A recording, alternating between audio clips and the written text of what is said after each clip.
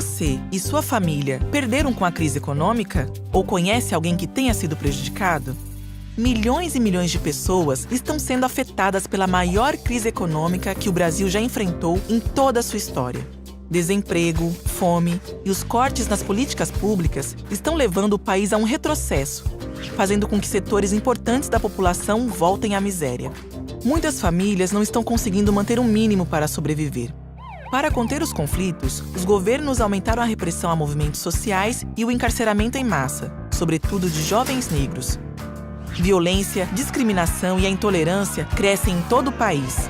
Medidas são aprovadas no Congresso Nacional sem o debate público necessário, como a Emenda Constitucional 95, que congelou os gastos públicos como saúde e educação e outras políticas sociais por 20 anos, tornando inviável a garantia de vários direitos. Todos esses retrocessos têm a ver com a chamada política econômica de austeridade, adotada pelo governo brasileiro a partir de 2014. Você sabe o que é isso? É uma política que diz existir somente um caminho quando o país enfrenta problemas em sua economia: reduzir salários da população e cortar investimentos e gastos públicos com as políticas sociais. Só que a política econômica de austeridade gera um círculo vicioso. Ao cortar salários, as pessoas consomem menos. Isso faz com que as empresas não consigam vender os seus produtos. Logo, elas demitem seus empregados, o que aumenta as pessoas sem trabalho e sem renda para consumir. Com a destruição dos direitos trabalhistas e o corte das políticas de proteção social, mais pessoas ficam sem condições mínimas de sobrevivência. As doenças, o desespero e o medo crescem, as desigualdades sociais e a violência avançam.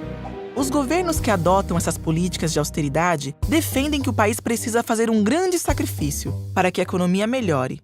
Mas de quem é o sacrifício? Da maioria da população, que vive do seu trabalho, e dos setores produtivos da economia, que geram empregos. As políticas de austeridade sacrificam mais quem mais precisa. E quem ganha com isso? Principalmente os bancos, o mercado financeiro e todos aqueles que lucram com os altos juros da dívida. Mas também os grandes grupos econômicos que querem transformar a saúde, a educação e outros direitos em mercadorias. O resultado de tudo isso é a concentração de renda, o dinheiro na mão de poucos. Outra mentira utilizada para enganar a população é dizer que a política econômica de um país é igual à economia doméstica. Se os ganhos da família são menores, é necessário cortar os gastos de casa. Só que a economia de um país é bem diferente de uma casa. Quando há crise, muitos governos pelo mundo afora fazem o inverso. Aumentam os gastos públicos para manter a economia aquecida, o nível de emprego protegido e as políticas sociais funcionando. Principalmente para que a população mais pobre não seja ainda mais penalizada. Essas políticas que reagem à crise econômica são chamadas de políticas anticíclicas.